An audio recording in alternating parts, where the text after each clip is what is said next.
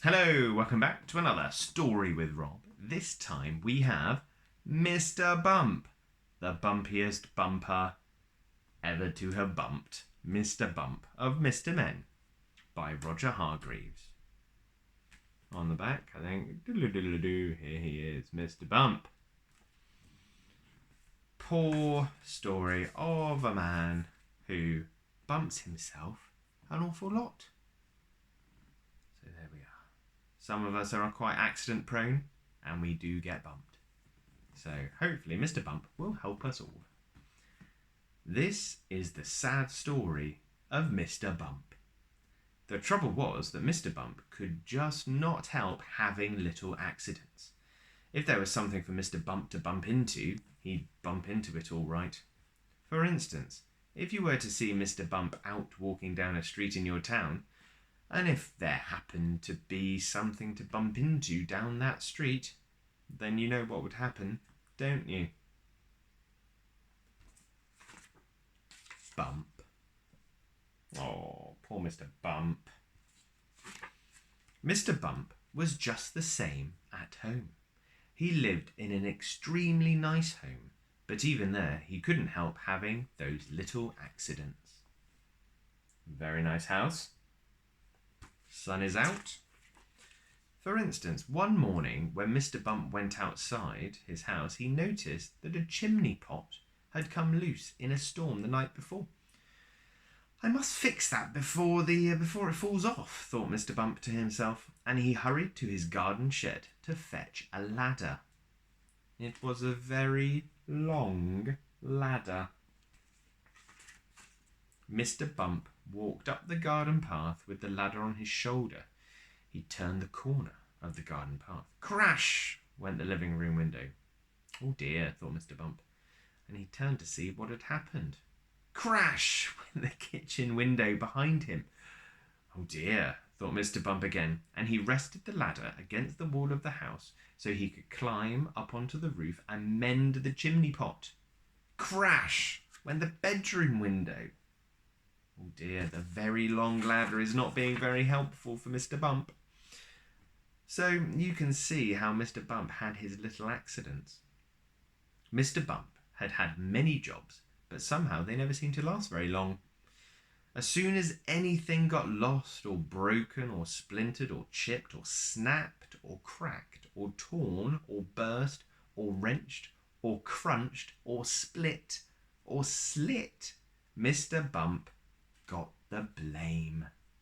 Doesn't seem very fair on Mr. Bump. For instance, when Mr. Bump worked on a farm, he tripped over the farm dog and spilt the milk, which he was carrying for the farmer's wife, and which the farm cat lapped up. And when Mr. Bump was a postman, he got his hand stuck in a pillar box, and they had to fetch the fire brigade to come and set him free. Dear. And when Mr. Bump was a bus conductor, he fell off the bus and couldn't catch it up again, and all the passengers travelled without having to pay. Probably very happy passengers, but not a very happy owner of the bus.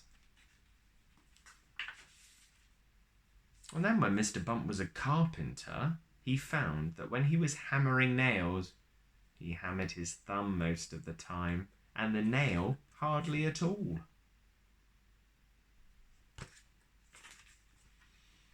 In order to recover from this series of rather unfortunate happenings, Mr. Bump decided to take a holiday. There he could think about what sort of job he could do where he wouldn't be such a nuisance to everybody. So he set off to the station to catch a train to the seaside. While Mr. Bump was on holiday, several things happened. For instance, he fell off a boat into the sea and the lifeboat had to come and rescue him. Not very good at rescuing people. And one day, when he was quietly walking along the beach, minding his own business, he got his foot stuck in a bucket.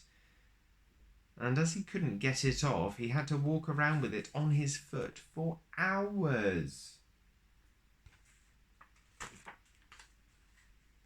And then another time he was walking along the beach. He walked straight into a large hole that someone had dug, and he had to stay there all night because he couldn't climb out on his own.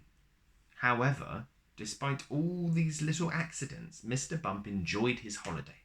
And while he was there, he had a splendid idea about what sort of job he should do. It was quite the best idea Mr. Bump had ever had.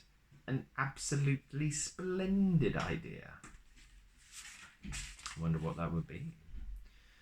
And now Mr. Bump works happily for Mr. Barley the farmer. Mr. Barley has a rather large apple orchard on his farm, and that's where Mr. Bump works. How does that end? Mr. Bump's job is picking apples, but he doesn't use a ladder to climb up the tree and pick the apples like the other apple pickers. Oh no, Mr. Bump has a much better way of picking them. He just walks about. And before long, Mr. Bump, being Mr. Bump, walks into a tree. Bump! And down falls an apple, and Mr. Bump catches it. This makes the job of apple picking much easier, and Mr. Bump is very pleased about his new job, and Mr. Barley is very pleased about his new apple picker. So you see, the story of Mr. Bump isn't such a sad story after all, and if you ever bump yourself, you know what to do, don't you? Go and eat an apple picked by Mr. Bump, and then you won't feel your bump at all. You'll remember that the next time, won't you? Good. So there we are. The end. So as Mr. Bump was in his hole on the beach, he thought, let's go and be an apple picker. And he's found a job that suits his skills. Well done, Mr. Bump. There we are. So Mr. Bump by Roger Hargreaves. Thank you very much for watching. Hope to see you next time for more Stories with Rob. Bye-bye.